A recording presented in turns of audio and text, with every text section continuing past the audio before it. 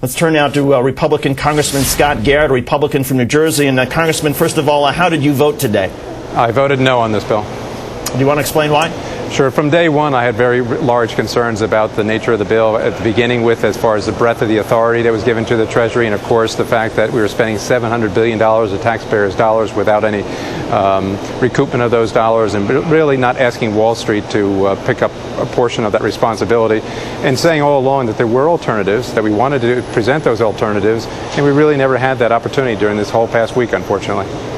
Congressman, next to you on the screen is the number, the Dow, down 777 points, a reaction to the repudiation by the Congress today. What's your reaction to that? Well, it's not a good number. No one's happy with the way the stock market is today. Of course, the market is just one reflection of how things are going. Of course, that's also a reflection of what's going in the rest of the world. I don't have to tell you what's going on in Europe with the banks over there as well. We'd like to have seen it the other way around, but we will have a couple days now before Congress comes back into session, although I'm one of those who say we should stay here and just continue to work on it.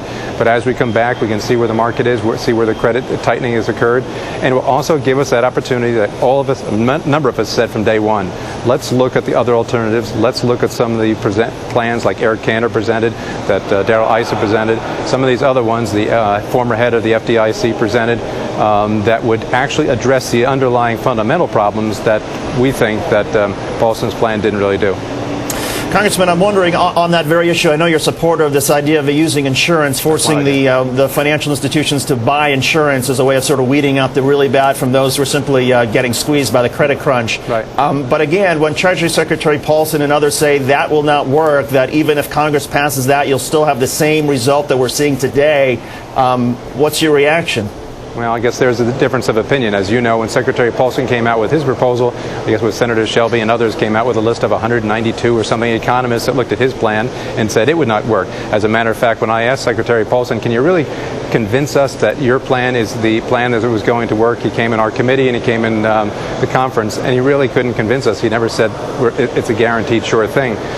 Likewise, the other plans that are out there, there are economists and there's Wall Street leaders and other ones who have come around these ideas and say that they really attack the fundamental problems that are out there.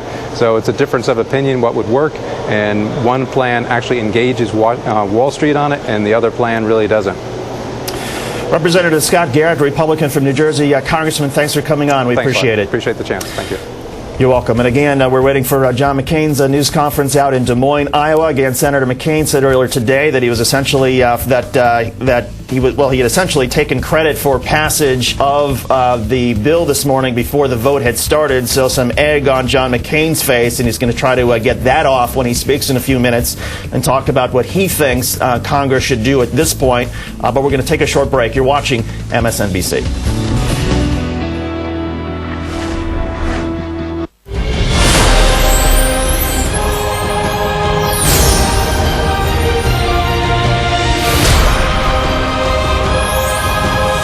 Walt Disney's Sleeping Beauty. New on Platinum Edition DVD and Blu-ray October 7th. We all know the economy is in crisis, but who